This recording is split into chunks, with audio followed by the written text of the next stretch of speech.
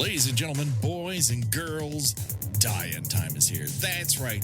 We're talking The World's End on Kill by Kill.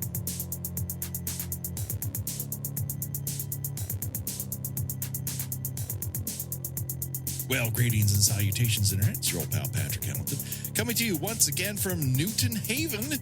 This is the Kill by Kill podcast, where we are dedicated to celebrating the least discussed component of any horror film, the characters. And we're going to unpack all the goriest of details of 2013's The World's End, in the hopes that a reunited friend group's untimely end is just the beginning of the jokes we might make at their expense. And as always, there's only one person I trust who is also pointless to argue with, the one, the only, Gina Radcliffe. How are you doing today, Gina? You know, I am pointless to argue with. I am, in fact, not going to argue that point with you. It works out for everyone involved. This is, of course, we're in the now entering the tail end of it's going to be Horror-CoMAYdy May. Or one could say CoMAYdy. CoMAYdy. At one point, I had figured out how it worked, and then I completely forgot it.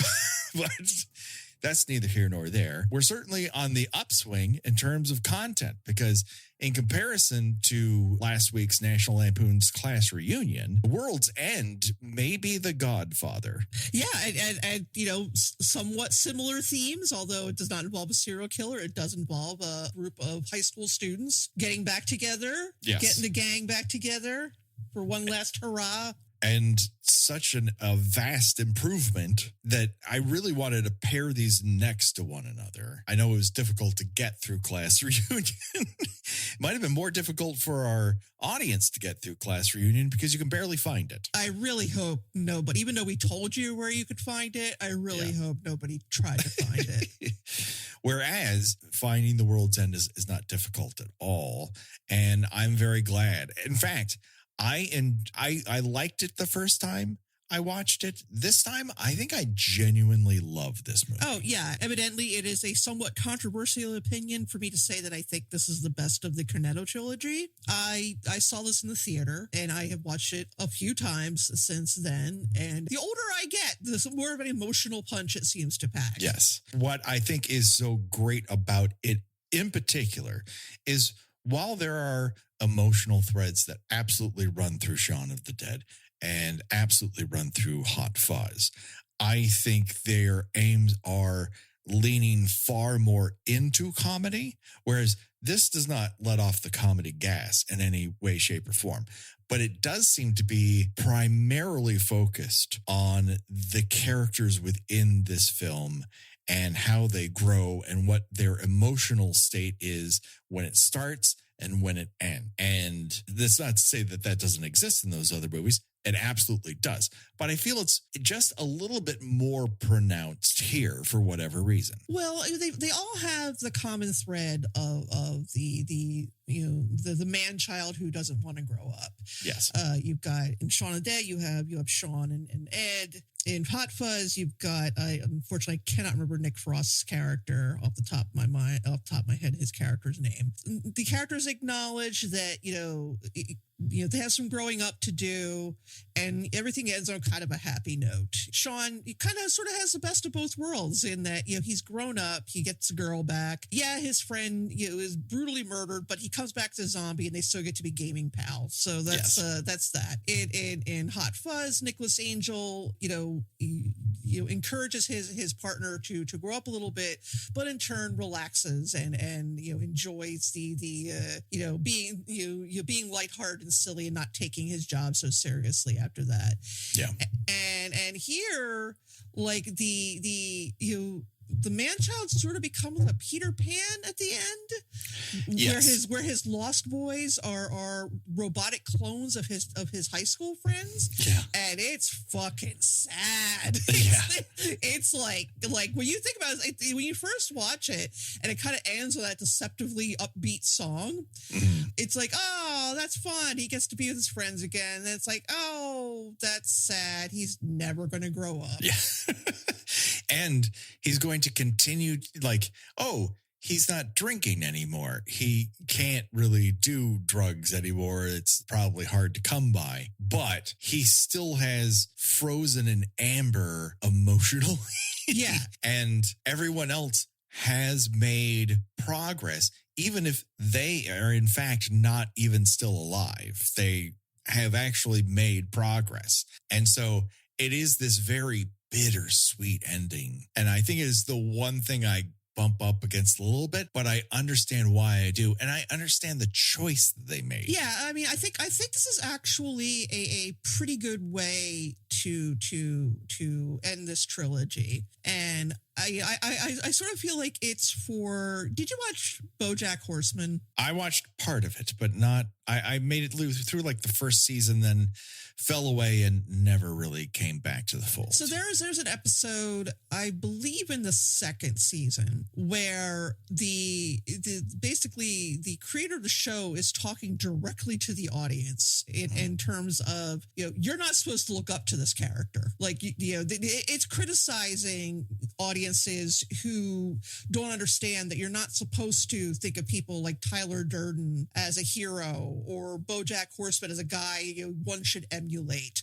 Like, these are messed up people, and I think in ending it this way, Edgar Wright is saying, yeah, no, it's not a good idea to be in your 40s and not really doing anything with your life, being sort of shiftless and obsessed and focused on your youth, and that will ultimately come to no good in the end.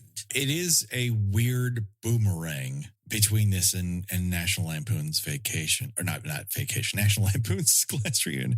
It also makes no sense in comparison to National Lampoon's Vacation. But in the sense that how it functions as a story, like, yes, Class Reunion is more of a pure parody type comedy than this is, without a doubt. But what Class Reunion lacks in focus, in the point it's trying to make, if there is any point it's trying to make, this is completely dialed in to its purpose for existence. And as such, there aren't just a lot of loose ends or happenstance when it comes to the characters' journeys. We are given a complete idea of who Gary King is. He's a fuck up. And it's probably he's a complete fuck up. If I'm being honest with you, it's probably the only complete thing about him. His past is like a free floating fiction that he selectively dips into in order to push whatever desire he currently has forward. And that's his only forward progress. Right. He is sort of stuck in, and again, this is also a movie that is very openly critical of Gen X. Yeah. And our insistence that, the music of our youth was the best music ever got. And you're just sort of, clinging desperately. And when I say we, I very much mean me here, clinging desperately to the pop culture of what we perceive as our salad years. Right. When we were young and cute and had the whole world ahead of us. And, instead of, not that I would say I'm a sour and bitter middle-aged person, but everybody grows up and, everybody's golden days are eventually behind them. Yeah. And I feel like Gen X in particular has has become famous at this point for having a little bit of a hard time letting that go. Yes, I would say it is an entirely broken generation in many respects. It certainly didn't help that we were forgotten and abandoned. It certainly doesn't help that we were the last of the monoculture generation necessarily. Millennials had to adapt over time, but we made our own weird arc towards where we are right now. And there's a lot of like, well, I need to look back. What is this sliding doors universe that I'm in? And it's set up pretty simply here when Oliver's sister Sam says to Gary, you come back and everything's the same, but everything's different. Right. That is exactly where you always find yourself, which is why you can't look backwards for answers necessarily. You have to push forward. Right, exactly. The reason why people were a little mixed on this is because it's a very pointed observation. He's Wright is criticizing his target audience because he has dipped so often and so successfully into the entertainments and pop culture that we all enjoy. And that's great. Like, we all revisit our past, whether that's like physically you go there to where you grew up or this one moment in time, or emotionally in your mind, you just start to think of what is. And in reality, the only way to actually progress is to go forward. But what Gary and his band of merry men discover is that the past is kind of full of hollow ghosts, right, who can still damage you. Right. It is, again, very sad, the fact that they all get together. That he basically has to twist their arms to even agree to go to this this pub crawl they're going to do. Completely forgetting that, what is Nick Frost's character's name? He is Andrew Knightley. And completely forgetting that that Andrew has quit drinking, and that B, he is the reason Andrew has quit drinking. Right. Yes. And it's like, okay, Gary, surely you actually remember. You couldn't have forgotten that. And is it like, did he forget? Is he in denial? Or is he just convinced that for one night Andrew could just let this silliness go? I think Gary is like such an interesting character, because I truly wonder if at any point he has ever thought about anyone other than himself. He is a main character with main character syndrome, and it's absolutely wild how he reacts to the world and people's revelations about their very real lives in it. And he always brushes it off because that's an impediment to him getting what he wants, even if that in fact destroys someone else, whether that is Andrew's life after that accident or the entire world. And some will say, well, that's a discovery through betterment, but the king doesn't care. No. The king only wants what he wants. No, he is, despite this being a reunion with people he has not seen in at least a decade, he is utterly uninterested in hearing about their lives. And, I honestly can say, I think we have all had that sort of very awkward reunion with someone we might have once considered a good friend when we were young. Yeah. And then you just, you spend time with them, you're like, wow, we have nothing in common anymore. And it's like, have I changed that much? Have they changed that much? And it is something that happens, and it's something that we have a lot of trouble facing.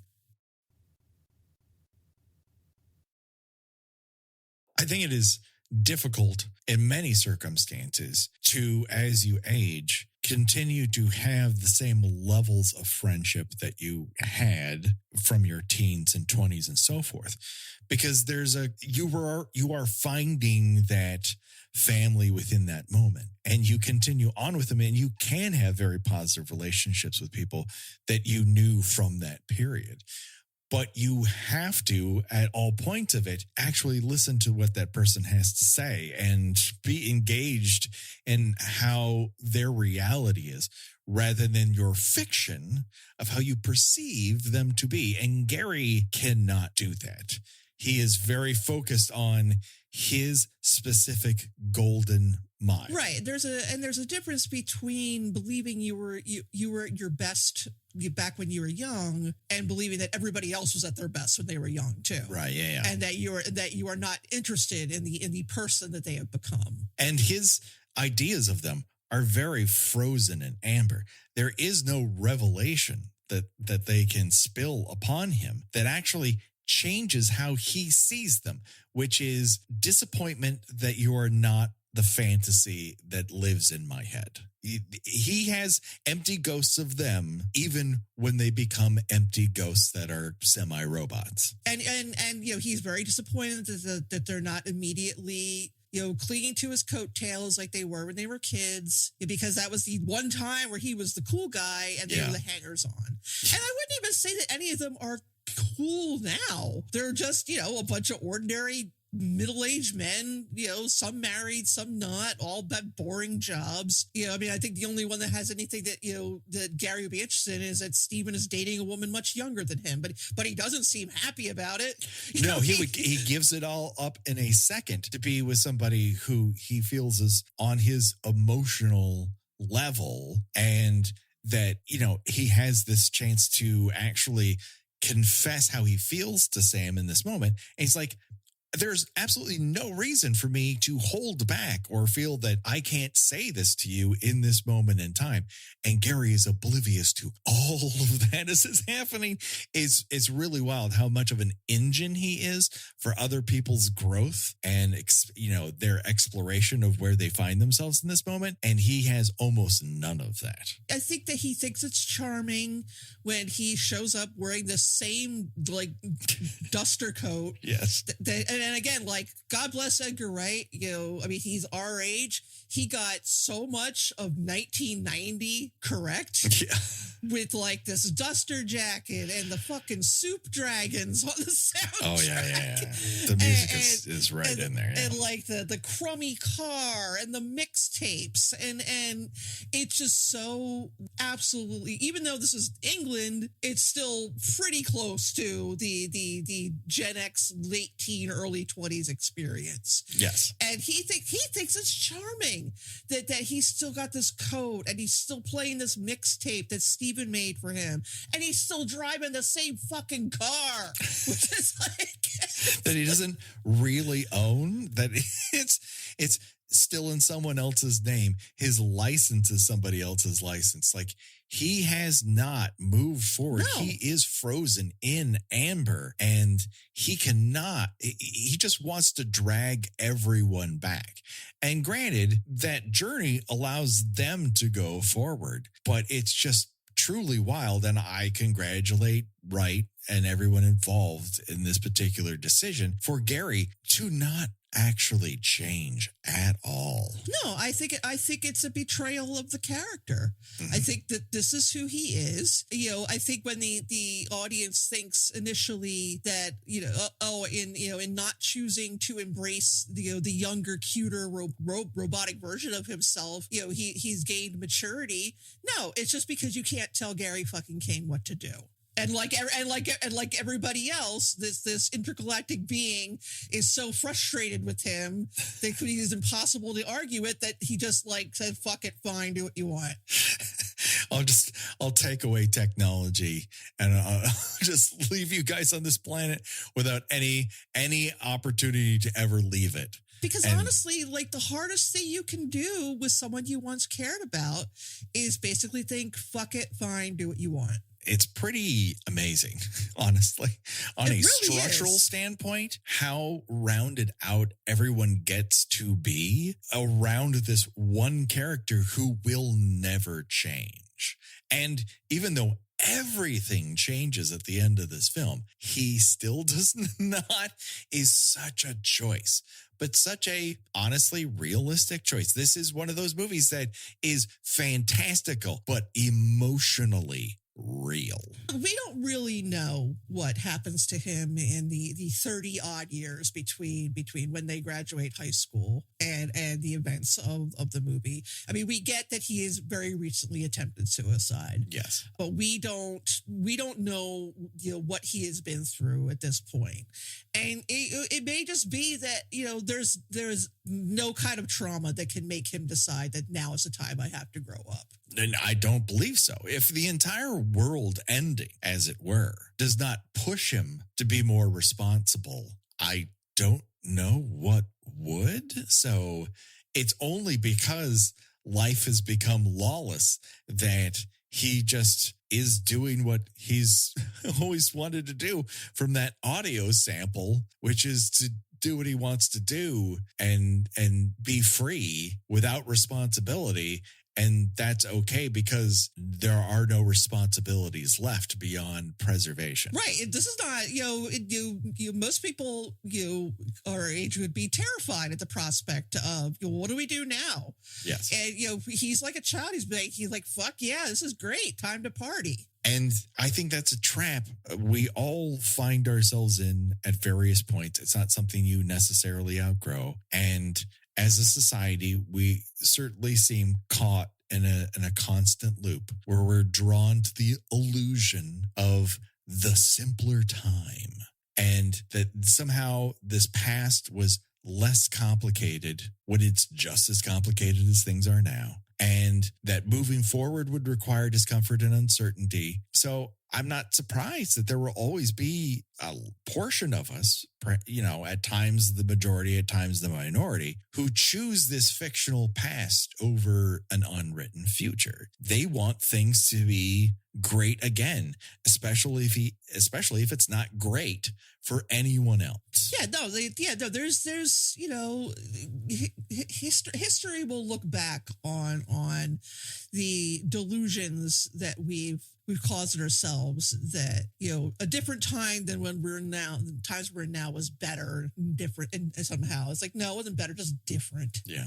And so when this movie kind of comes out in 2013, it's reckoning with a world that is connected by the internet. And now I think the movie actually plays better because what it's reckoning with is something we're all actually being forced to deal with. And that is AI and the preparations to ascend. When this is first written, Edgar Wright's original version is called Crawl, and it's not necessarily science fiction.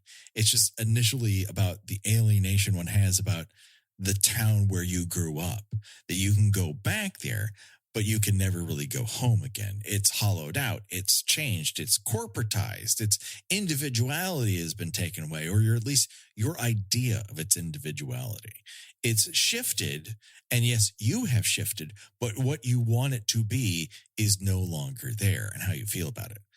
But right now, The World's End feels 1,000% like a rant about AI. And that's probably why I enjoyed it so much more this time, because it is filled with weirdly improbable limbs and unnatural youth and conversations without personality and the enshittification of science fiction. All of it is manufactured for our quote unquote betterment when it truly serves no one.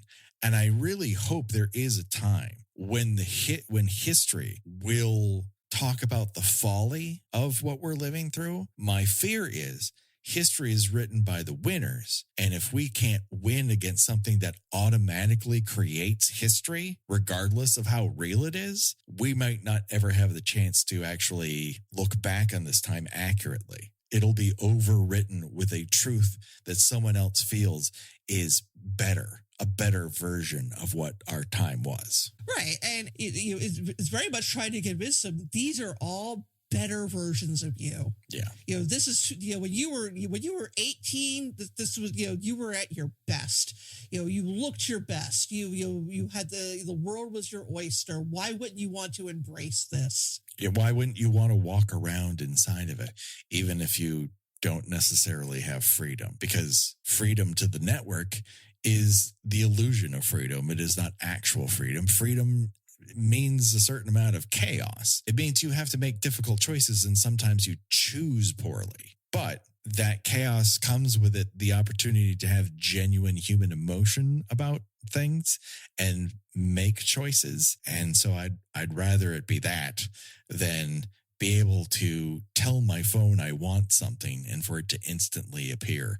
I really do not find that to be an attractive future or something that I want. No, getting in regards to how much this has inadvertently reflected the rise of, or maybe not even inadvertently. It was the writing was already kind of on the wall at that point. Sure. And he's a smart and insightful writer, and I think that there was certainly some inspiration behind that here. Yeah, like the whole what is particularly sinister to me about AI is, why wouldn't you want this? Why wouldn't you want to, be able to type in, Marilyn Monroe and a contemporary actor and put them in your very own romantic movie? Why wouldn't you want to just, publish 500 versions of Gone with the Wind and just, the few little minor changes to make it your own? Why wouldn't you want that? It's like, because I don't. Right. It's like, why are you trying to gaslight people into thinking that it's a good thing to go to RoboDoc or to have it so you could do your own version of the Mona Lisa with the click of a few buttons. It's like but no, that's like, why wouldn't you want to vomit up what you just ate and serve it up as a different meal? I don't, I understand that there is a strong and not vocal, but not vocalized dislike of quote unquote the artist class. Yeah.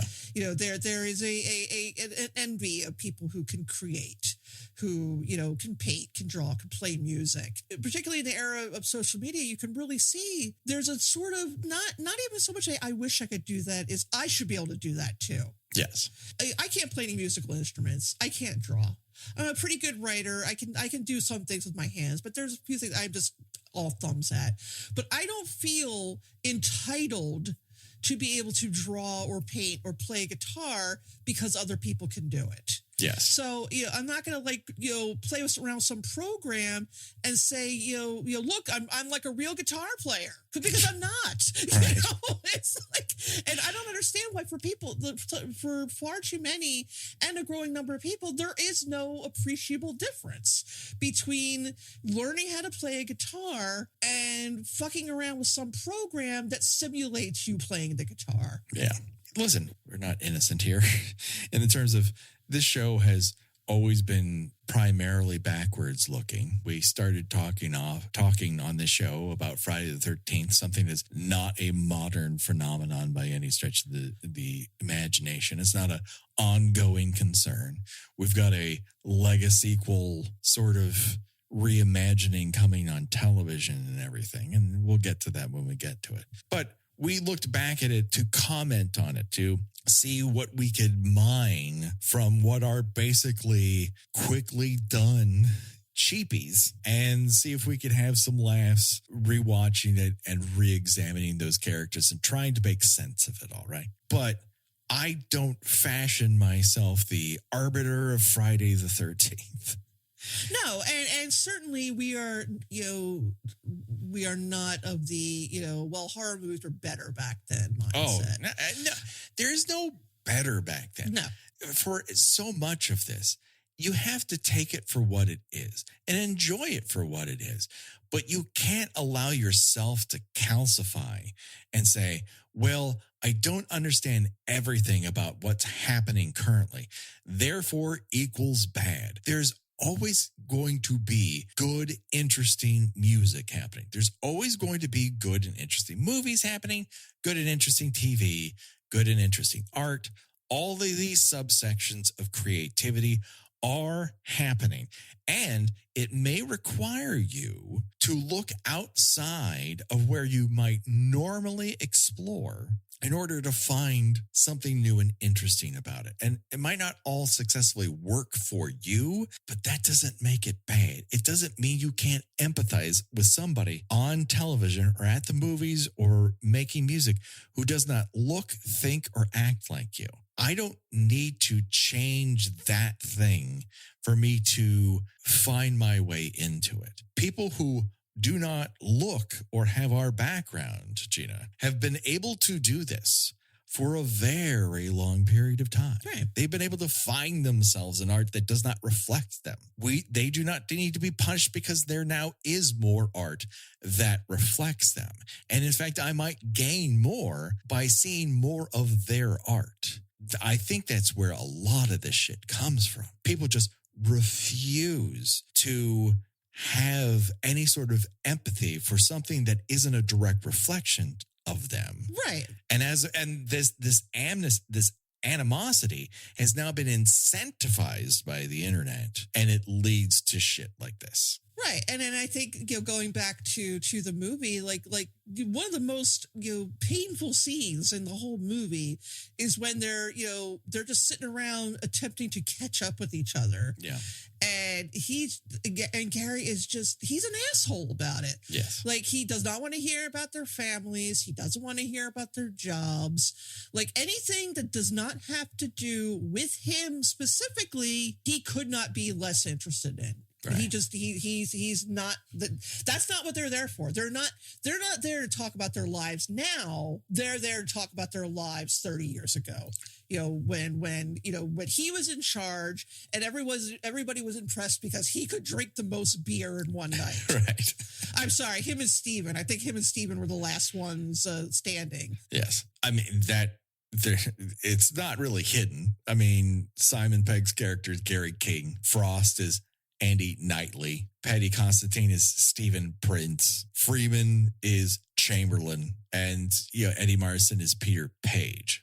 They all serve at the feet of the king. The king only wants his subjects to be concerned with what the king wants and king needs. And over the course of this entire wild evening, no matter how much momentary progress Gary seems to make within the moment, it only takes the snap of a finger and he's right back to, no, actually, almost everyone could be dead at this moment. I have to run from the 11th bar to the 12th. Well, yeah, and when Andrew deserves to demands to know why, at least he has a temerity to admit, because it's all I have. Yeah, I mean that I feel is the closest he comes to any real insight. Yeah, that he knows that this was the biggest moment of his life. Like, I think this is a really great one of the best opening sequences of any movie ever, because it sets up all the characters. Mm-hmm. You've got Gary telling this story, which he's told many times. Yeah. You get right away that he is telling it in some sort of mental health support group. We find out he's actually just getting out of a psychiatric hospital or like a halfway house or something like that. And you show a young and cute Gary watching the sunrise, and he's like just watching the sunrise and knowing that life would never get any better. Yeah. And it never did. And he's so angry that it never got better that he's like, well, if I just return everything to that night, then it'll all work out differently this time. Right. And in a sense, that is true. Yeah, well, and it's sort of a laugh, when he has that pause and says that it never did. Yeah. But also at the same time, it's like, oh, that's sad. Yeah. Yes. I had some good times when I was 18, but I was neither at my best then, and I would not go back to that time. Yeah. I just feel like if I've had any growth over the years, it is genuine appreciation for the now. And I wouldn't say, I'm not prognosticating this to the now that extends beyond me, the entire world. The immediate now, the meal I have with my wife and child, the time I share with friends, the walk I have with my dog, whatever that is, it's an appreciation of, while things are far from perfect, there is a now which I do appreciate. And that is the level of growth. It's not nearly enough. I certainly want more, but I also appreciate that I've had that. I have empathy for someone who feels like there is just some sort of sliding doors version of his life that went in a different direction. I don't think we're immune to that. Of course. I am still very close friends with my closest friends from my 20s. Mm-hmm. And I do genuinely believe that they know me pretty much, more than anybody else in the whole world. And I mean, I don't want to be like, oh, they know the real me, because I don't think I don't try to be someone that I show a lot of different personas to. I think certainly in the past 10 years or so, I have become a what you see is what you get kind of person, or at least I try to be. But so, I am torn between, I would love to go back to the good times of my 20s because I did enjoy the times that I spent with those people. And there is a certain argument to be made that, your 20s are, quote unquote, a more innocent time. And when I say a more innocent time, it's, generally before you had to start worrying about bills. I got married, had a child fairly young. I was 24 when I got married. But, even then, right before that, it was a very carefree period. I went dancing a lot, it was fun. And I do, miss those times. But at the same time, I'm not marinating in a broth of nostalgia because, I also had to be, grateful that I'm still here and able to look back on those times while I'm making new memories with some of those same people. Now, at the same time, some of those people from that, that I was friends, there were other people I was friends with in that period that, I grew apart from, and now I know that if I was in the same room with them, it would be an extraordinarily uncomfortable experience because, one person became, a Trumper, and it's like, well, that's a person I don't know anymore. Right. and it's sad because there is there's an old saying that says, it's sad when someone, becomes someone you knew. Yeah. And it's almost kind of like they died in a certain way. I think that, Gary is in a stasis. And I think at this, in a way that's almost like being dead, like he's just, trapped in a bottle, 18 forever, but, looking every one of his haggard 40 years at the same time. Yeah. It is interesting to think of Gary King as someone who is, to a degree, a victim of his own design. Like there might be many psychological reasons why Gary chose not to progress forward as an individual. Certainly his addictions would be a big part of that. This screenplay is a masterwork in saying a lot while giving very little information at the same time. Yeah. Like we don't there's no indication that he was a particularly popular student in high school. Right. Just kind of the leader of this, little group of kind of frankly nerdy looking dudes. Yeah. But like particularly for me, very poignant and relatable moment is Peter, Eddie Marsan's character, is confronted with running into this bully that made his life hell in school. Yeah. And he is oddly, it's sort of like it's bittersweet because he's almost offended that the bully doesn't remember him. Yeah. But he's also ashamed of that. Like he states out loud, like part of the reason I hate this moment is the fact that I wanted him to know who I was. And he doesn't. He means so much to me, and I mean nothing to him. How does someone who traumatized you not remember you? Yeah. And I mean, of course, it turns out because he's a robot. Yeah, sure. But like but you can see he's almost hurt. Yeah. I was just another person who he just pushed around, and meanwhile he ruined my teenage years. Right. And it's again that feels very personal to me. It's the Street Fighter monologue of for you the moment I came into your village and took your family and destroyed your life was the big was changed everything. And for me it was a Tuesday, and no one wants to be someone else's Tuesday. Right.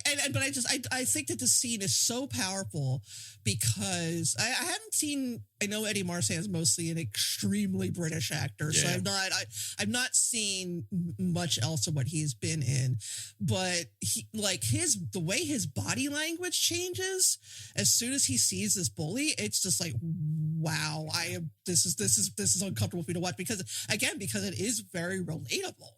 You know, I mean, I not by high school so much. High school is more just ignored, but certainly middle school.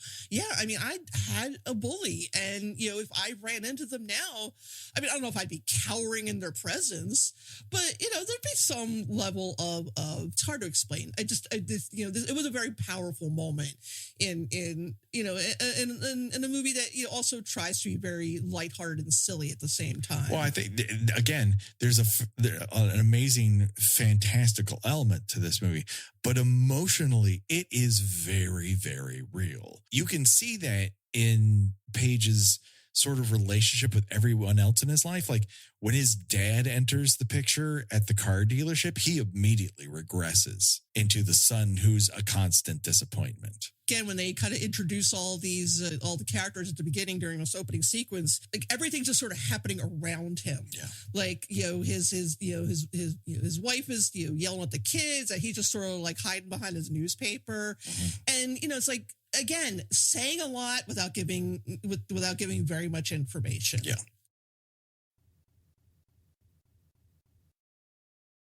Because that core of all these characters is so recognizable that I don't need to know everything about their lives. I don't need to know everything about Sam's dating history. I don't need to know everything about, whether or not Stephen is happy being the architect he is. He seems comfortable with that, resigned to a certain degree, but also not embarrassed by it.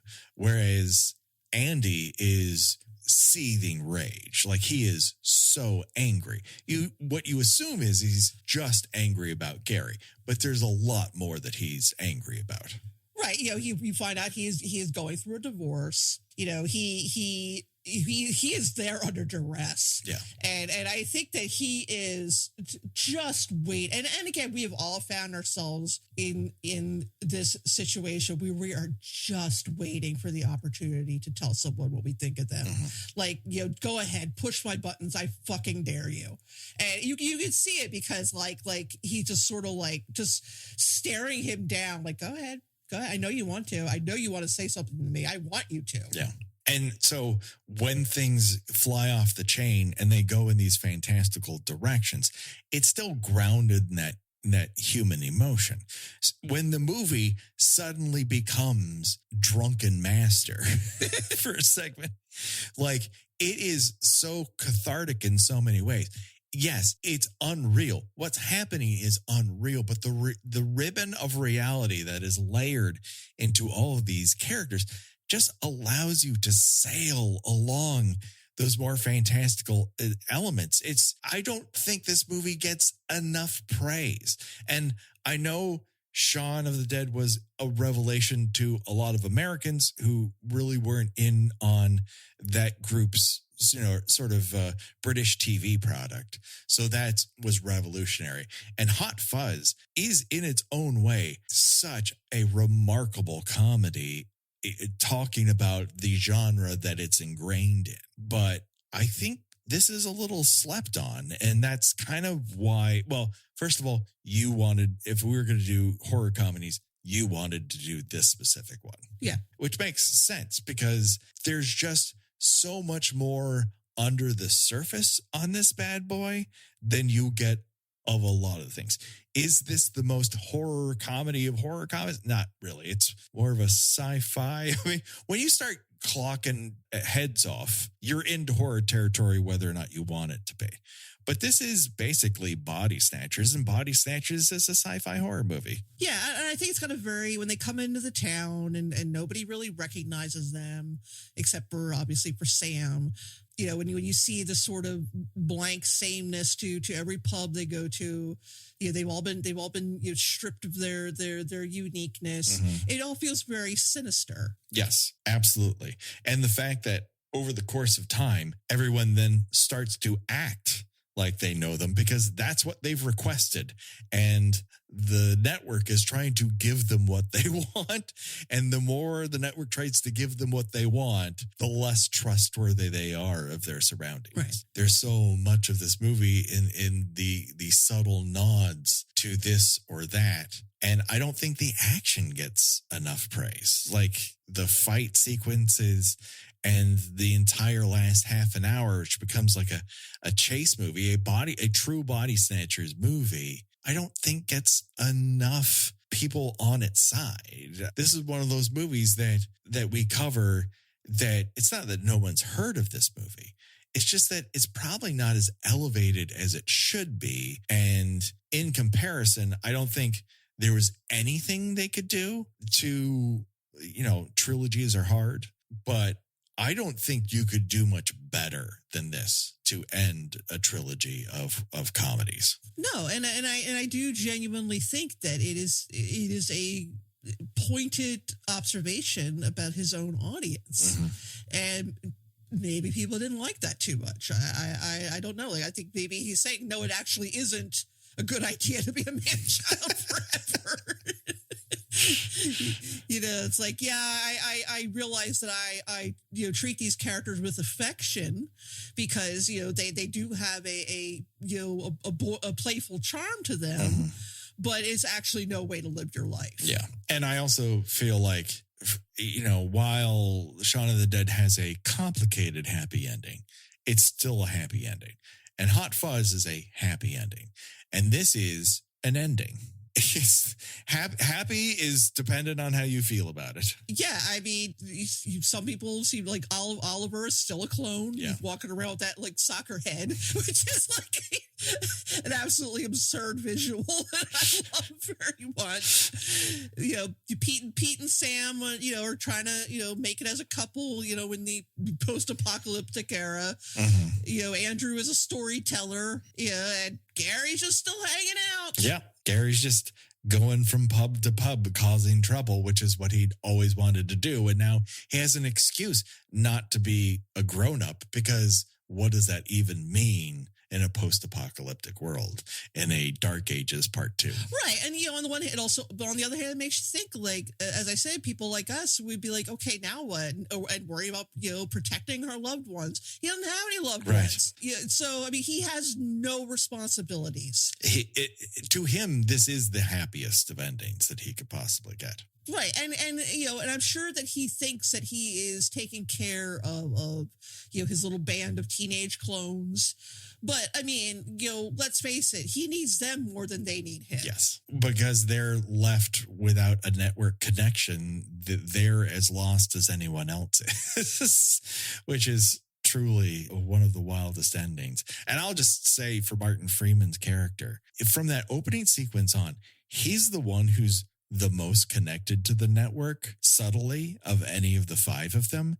He's the one who always has that earpiece in his ear anyways. So what is the difference between the half-headed robotic version of himself and the previous version of himself, other than he's lost all the self-doubt and just become the salesman he's always wanted to be? Right. He can devote himself full time because that's what he's good at. Yes. This kind of restores my faith in humanity a little bit. For a movie about losing a lot of humanity, I think it is perhaps one of the most humanist movies we've ever covered on the show. It really is. And when we say that, Gary is irresponsible, he's an asshole, I think that like the movie treats him with a lot of compassion, though. Yes.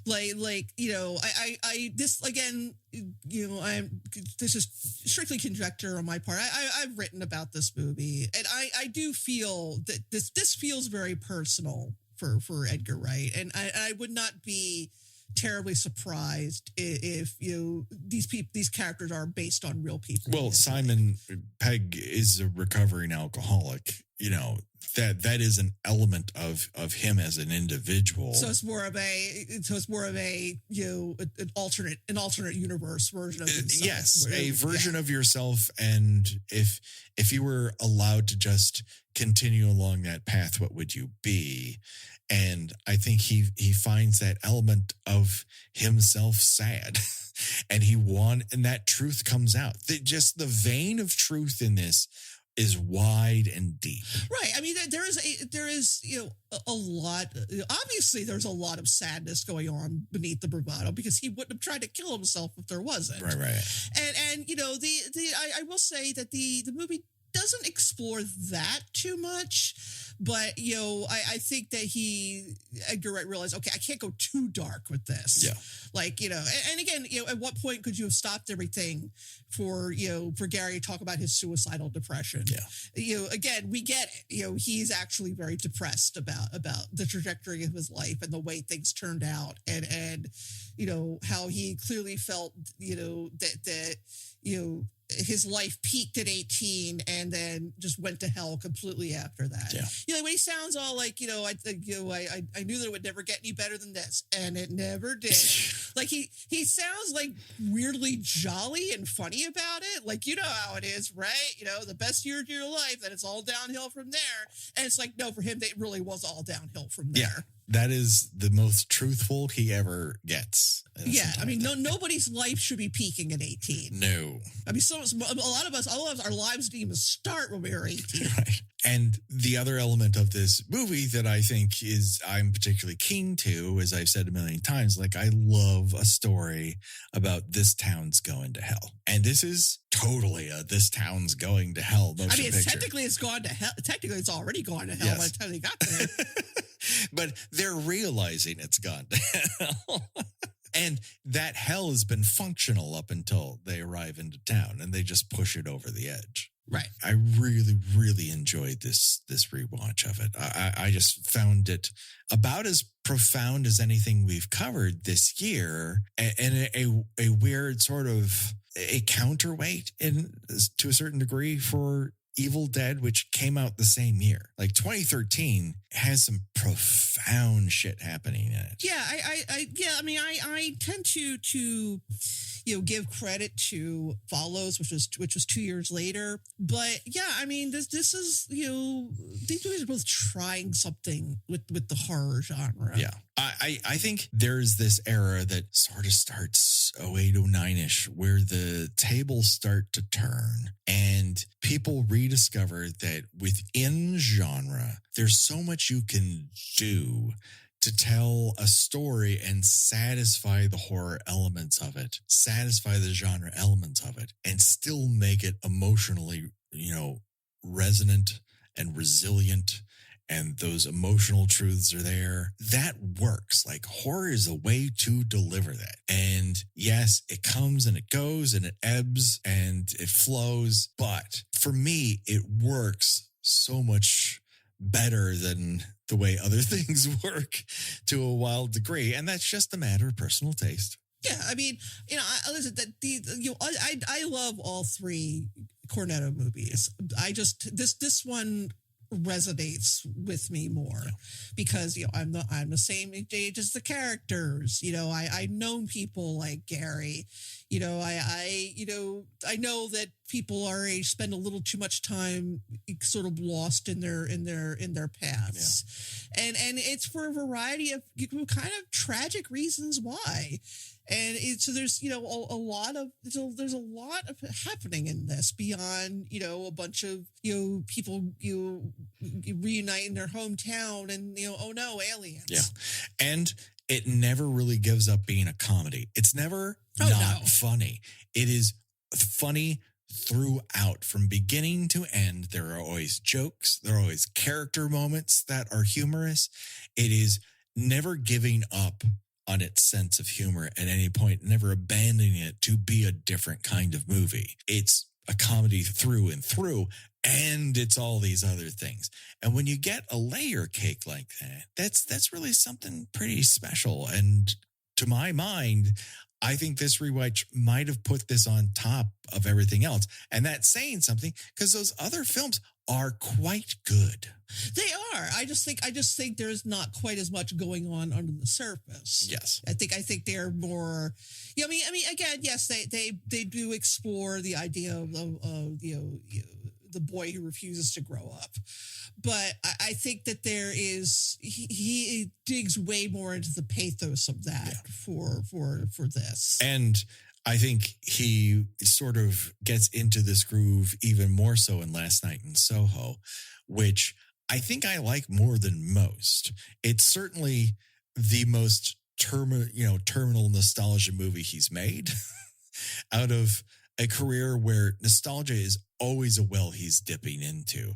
But that seems to be like, oh no, this is absolutely a dead end that will kill you if you are not aware of it. Yeah, I mean, it is fine to dip your toes in nostalgia, but you shouldn't be drowning yourself in it. Have you seen Last Night?